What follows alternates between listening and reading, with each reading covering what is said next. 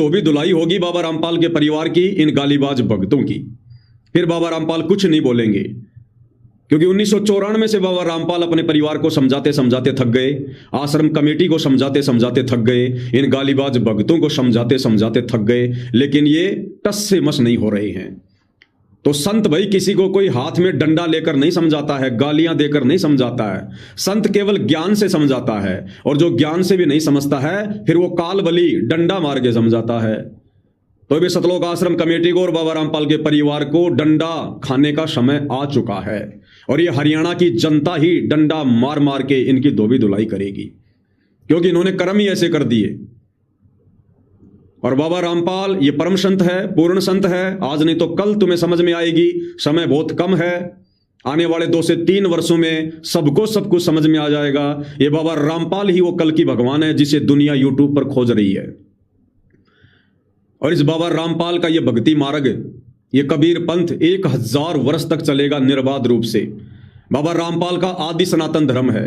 ये सनातन धर्म और ये बाकी हिंदू मुस्लिम सिख ईसाई धर्म, ये सब आने वाले 2 से 3 वर्षों में बाबा रामपाल जी के आदि सनातन धर्म में विलीन हो जाएंगे। जैसे बहुत सारी जो नदियां होती हैं वो अंत में समुद्र में जाके मिल जाती हैं। अभी मेरी बात थोड़ी सी अविश्वसनीय लग रही है, परंतु ये परम सत्य है, क्योंकि ये युग परिवर्तन का दौर है। जो व्यक्ति भक्ति से दूर हैं उन व्यक्तियों को इन बातों का नहीं पता कि युग परिवर्तन क्या है। इस कलयुग में सतयुग आने वाला है 2030 और 32 तक, ये उसकी शुरुआत चल रही है। 2028 युग परिवर्तन का समय निर्धारित है। भविष्य मालिका के अनुसार जहां आज पूरे विश्व की जनसंख्या 850 करोड़ है, वो जनसंख्या मात्र 64 करोड़ रहने वाली है, मात्र 64 करोड़। सोचिए आने वाले 2 से 3 वर्षों में किस कदर धरती पर विनाश होने वाला है, आपने उसकी कल्पना भी नहीं की होगी।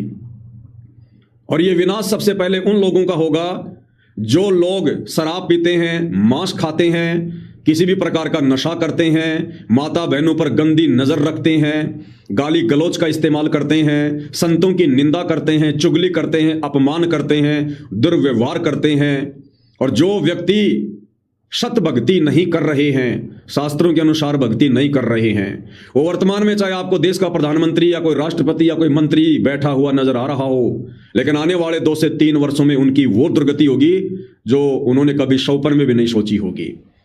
और बाबा रामपाल सन 1994 से उसी दुर्गति को टालने का प्रयास कर रहे हैं कि जो जो व्यक्ति मेरी शरण में आ जाएगा, मेरे भक्ति मार्ग से जुड़ जाएगा, उनकी दुर्गति होने से बच जाएगी।